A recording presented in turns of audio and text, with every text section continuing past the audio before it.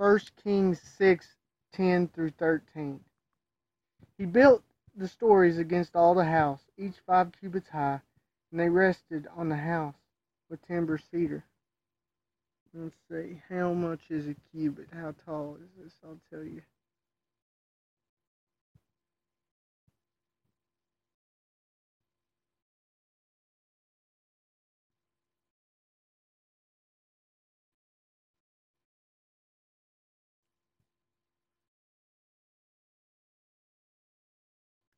I don't know. Cubit is about 3 feet. So these stories are about 15 feet tall, approximately.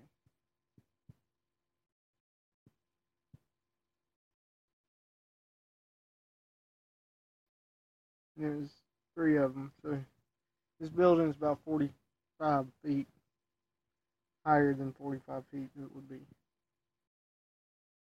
This is a massive building for the day. Shows its importance. And normally, buildings of them days wasn't 15 feet high. They were probably about 8. Average nowadays, ceilings probably about 10. Or a little higher. But for them days, it would probably been about 8.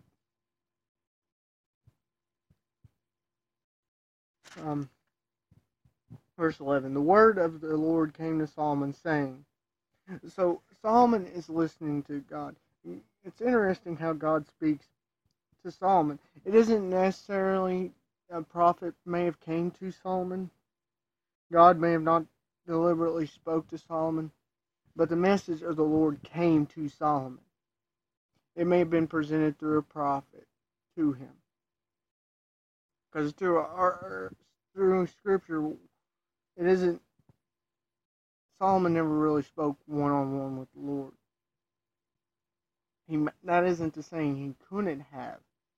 It's just saying it's possible that the word of the Lord came to Solomon through a prophet.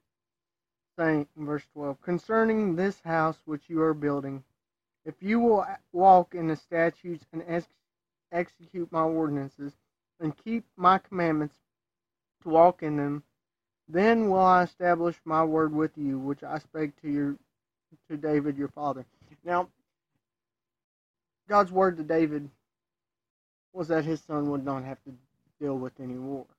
This was solid. This stayed. But the later generations, of whether that be, was conditional on Solomon's service.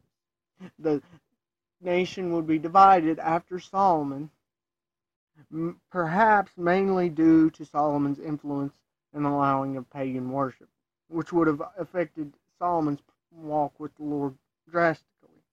It would have caused the split. There was no war from the outside, and the first split was from the inside. It was a division after Solomon, because the Lord kept his promise with David. Solomon would execute the statutes and ordinances, walk in the statutes and execute the ordinances, and keep God's commands for a time. During that time, Solomon would be blessed with his closeness to the Lord. Eventually, he would reject that, pursuing after money, women, and other things of this world. He didn't find no satisfaction of them because he didn't have the Lord. The fact is, Solomon's behavior caused division later, was the result, because he stopped keeping God's commands, ordinances, and statutes. Verse 13. I will dwell among the children of Israel, and will not forsake my people Israel. So, it's conditional covenant. Christ died because we can't keep the covenant. But what's God is telling Solomon is, you're the leader. You need to be the standard. If you're following after me, the people are going to be encouraged to do so. But if you're rejecting my ways, and we see that, if the king rejects, majority of the people reject. because he's a leader. And what God's saying here is, as long as you're seeking after me, I'll be there for you. But when you leave me, I'll let you leave. And which he does to Israel. In fact, because of Israel's brokenness, he ends up leaving Israel because of his rejection by them.